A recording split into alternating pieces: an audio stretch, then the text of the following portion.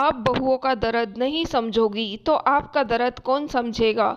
दो दो बहुएं हैं, बेटे पोते पोतियों से भरा घर है, पर मुझसे 2 घड़ी बात करने वाला कोई नहीं। नर्स और आया आती है, काम करके चली जाती है।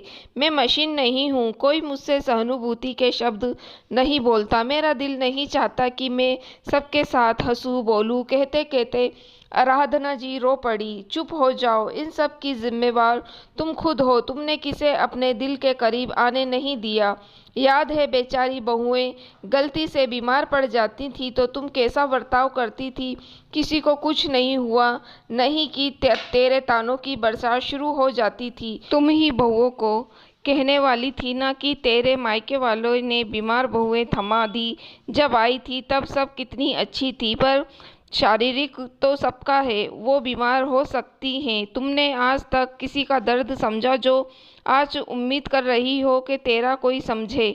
और तो छोटी बहू के बेटे का जन्म के समय जब सिटीजन की बात आई तो पैसे के लिए तुमने बहू की माँ को कितनी बेइज्जती की। बेचारी बच्चों को देखे बिना चली गई, जबकि तुम्हें अच्छे से पता था कि वो इतने खर्च करने के लायक नहीं है। पति अशोक जी की बातें सुनकर आराधना बोली, सच कहते हैं, ये मेरे कर्मों का ही फल है। आराधना जी के 2 बेटे थे, दोनों अच्छी नौकरी करते थे, पर अनुराधा जी जानबूझकर गरीब परिवार से बहुएं लाई थी ताकि उनके स्वरूप बने रहें। इतने कठोर नियम बना रखे थे कि मानो घर न होकर हॉस्टल है। उन्हें बहुओं की थकान दिखती नहीं थी। बेटे की माँ होने का गुरूर सदैव उन पर हावी रहता। बहुओं के साथ साथ उनके मायके वालों को भी अपमानित करने का एक मौका नहीं छोड़ती थी।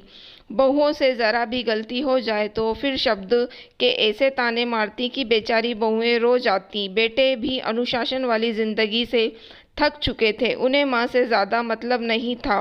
अब जब उनका शरीर गिर गया तो उन्हें याद आया कि परिवार कैसा होता है। सारी जिंदगी नफ़ा नुकसान की तराजू पर तोलते हुए जिंदगी गुजार दी। अब उन्हें दोनों बहुओं का दर्द समझ में आया, लेकिन अब नहीं। उन्होंने अशोक जी को कहा, मुझे बाहर ले चलिए, अब बसी जिंदगी मुझे हंसते हुए गुजारनी है। अशोक जी ने सारा हल निकाला। बाहर हाल में सभी बैठे थे, हंसकर आपस में बातें कर रहे थे, पर जैसे ही अनुराधा जी आई सभी चुप हो गए और काम का बहाना बनाकर जाने लगे। तभी अशोक जी बोले, रुक जाओ भाई, हमें भी तो अपनी पार्टी में शामिल करो। पर सभी शांत थे। अनुराधा जी ने अशोक जी को देखा। अशोक जी ने धीरे से कहा, थोड़ा समय लगेगा पर ठीक हो जाएगा, क्योंकि तुमने रिश्तों में बहुत सी गांठ लगाई है, खुलने में वक्त लगेगा। बहू बेटे पोते पोतियाँ सभी दिल के अच्छे हैं, पर प्यार बांटो तो प्यार पाओगी। चलो, बीमार रहने पर ये तो समझ आया कि रिश्तों में प्यार होना चाहिए, नफ़ा नुकसान देखने से रिश्ते नहीं चलते। दोस्तों, अगर आपको कहानी पसंद आई हो तो आप मेरी वीडियो को लाइक और मेरे चैनल को सब्सक्राइब ज़रूर कीजिएगा।